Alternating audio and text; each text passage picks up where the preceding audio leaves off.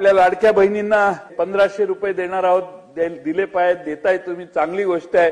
मी असं म्हणणार नाही की आता ते 2100 रुपये लगेच तुम्ही द्या, कारण तुमची परिस्थिती बघितल्यावर, अर्थसंकल्प वाचल्यावर मला ते धाडस होईना की तुम्ही आता 2100 रुपये देऊ शकाल अशी.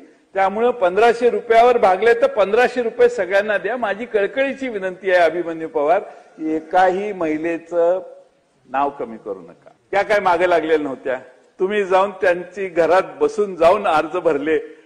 स्लॅबचं घर आहे, एअर कंडिशन घर आहे, टीव्हीचं आहे का, 2 चाकी आहे का 4 चाकी आहे, हे आता चौकशी करणं बरोबर नाही. त्यांनी मतदान केलं, निवडून दिले, तुम्ही सगळे निवडून आला, आम्ही चुकून निवडून आलो, पण तुम्ही पक्के त्यामुळेच निवडून आला. त्यामुळे तुम्हाला निवडून आल्यानंतर आता त्यांना कमी करणं, म्हणजे निकष लावणं, हे एकही महिला, सगळ्यांना तर त्या झाशीच्या राणी होतील आणि मग ते फार पंचायत अभिमन्यू पवार गावाकडे जाताना होईल.